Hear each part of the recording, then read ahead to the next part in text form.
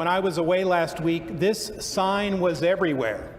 Restaurants, stores, businesses, they're all hiring. And the reason for this is what's being called the Great Resignation. Millions of employees have quit their jobs and are looking for new ones.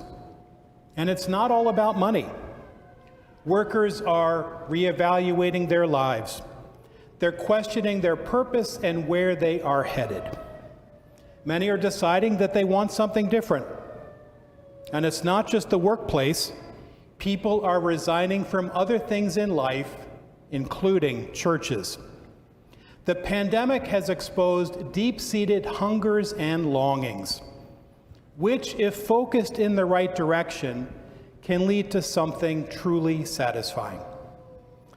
Well, today we're beginning our final summer message series titled Bread for the World. In the gospel readings this month, Jesus tells us that he is the bread of life. He will declare this to people who are hungry and searching for something which only he can give. So let's get started.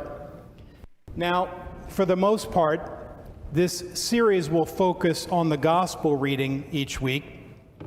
But today's first reading from the book of Exodus perfectly sets up where this series is headed. Exodus tells how the Israelites became God's chosen people. God sent Moses to lead them from slavery in Egypt, to escape through the Red Sea, and then they wandered in the wilderness until they entered the Promised Land. In the section we heard today, we catch up with them in the wilderness, and they are not happy. It sounds like they are about to quit, to resign as God's chosen people. The whole Israelite community was grumbling against Moses and said, "Would that we had died at the Lord's hand in the land of Egypt, as we sat by our flesh pots and ate our fill of bread. But you had to lead us into this desert to make the whole community die of famine." Let's stop and think about this. As slaves in Egypt, the Israelites had no rights, no freedom, were forced to break their backs every day in the hot sun building Pharaoh's pyramids. And now they're free, with their whole future ahead of them. And experiencing some inconvenience, they long for the good old days in Egypt. How did God respond? He heard their cries and sent food to feed them. And Moses said, "This is the bread that the Lord has given you to eat." Now, if you remember last week's gospel, we heard how Jesus fed 5,000 people from 5 loaves and 2 fish. In today's gospel, we heard that the crowds who were fed tracked him down, not to become his followers, but because they want more bread. So like the Israelites, they missed the point of God's miracle. They thought Jesus was some kind of magician. "Hey, Jesus, let's do that trick with the bread and the fish again." And here's the answer he gave them. "I am the bread of life. Whoever comes to me will never hunger, and whoever believes in me will never thirst." Jesus was not promising an endless supply of free food. He wasn't talking about physical nourishment at all. He was inviting them into a personal, spiritual relationship. Jesus was calling them to become his disciples, to discover their purpose in life, not in pursuit of perishable things, but of things that last. And with Jesus leading them, all their longings and desires would be fulfilled. Every time we gather around this table, Jesus, the bread of life, offers to feed us with his very body and blood. But just like he told the people in the gospel today, his offer is not of physical food, but spiritual nourishment that is only possible for those who are his disciples. See, the Mass we celebrate is not magic. It requires faith to believe that the host and the cup are truly Jesus' body and blood. This is such a timely series with everything going on right now. So many people are like the ones in the gospel. They're searching for someone or something to fill them.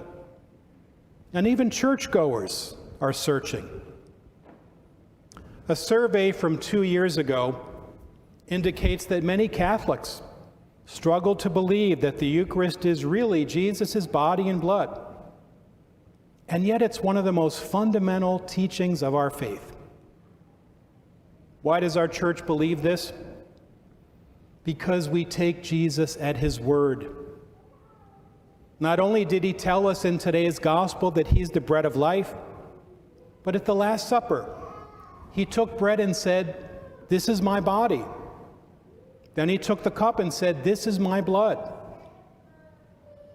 Jesus didn't say, "Let's pretend this is my body," or "This is a symbol of my blood."